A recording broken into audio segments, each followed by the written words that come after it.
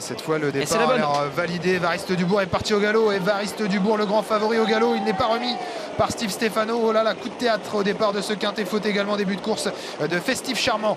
Le numéro 9 qui perd quasiment toute chance. Excellent départ pour Dead Bellway qui aime bien mener les courses auxquelles il participe. Le numéro 6 qui a pris l'avantage. En deuxième position, Campione Mio. À l'extérieur progresse le numéro 2 Eberton. Au centre, Chris Swiss Sports Gwen avec également Disco d'Ocagne ou encore Express du Gers.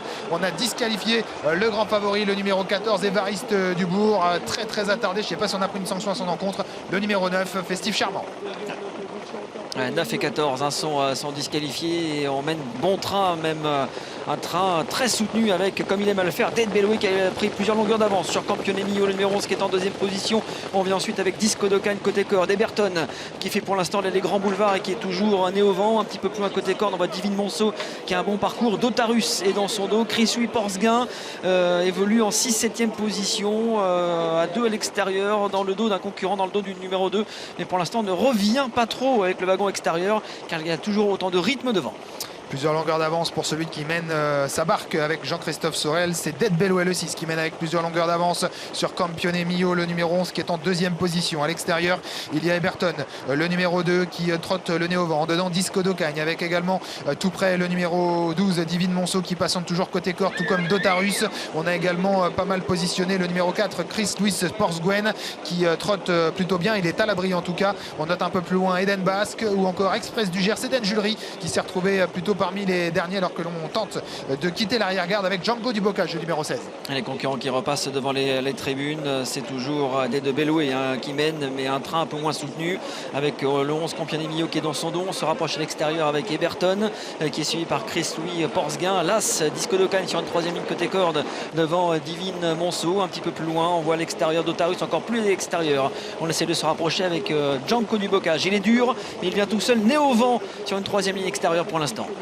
L'avant-dernier virage de cette course, Dead Bellway qui caracole toujours aux commandes de l'épreuve. En deuxième position, Campione Mio devant Disco d'Ocagne qui chemine toujours côté corde, accompagné à son extérieur par Eberton. En dedans, Divine Monceau, le numéro 12, Chris Louis Sportsgwen qui vient un tout petit peu plus loin alors que Django du Bocage est un peu contré depuis qu'il a progressé à l'extérieur. Ça sera sûrement pas simple alors que l'on note une faute à l'arrière de ce peloton du numéro 15, Crack Money qui perd quasiment toute chance.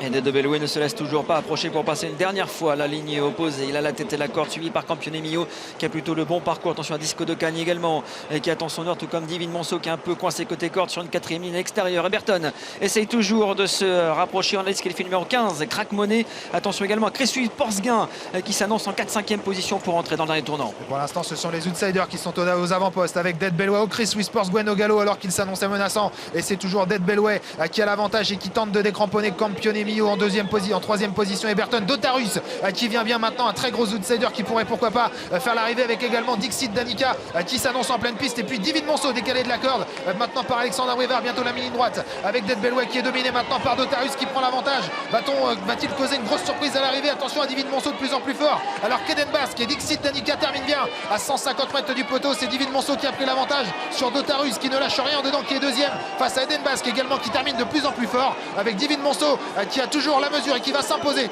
sans doute ici à l'arrivée de cette deuxième épreuve du GNT. La deuxième place pour Dotarus, la troisième pour Eden Basque, la quatrième pour Eberton et la cinquième peut-être pour Campione Mio à voir avec Dixit Danica.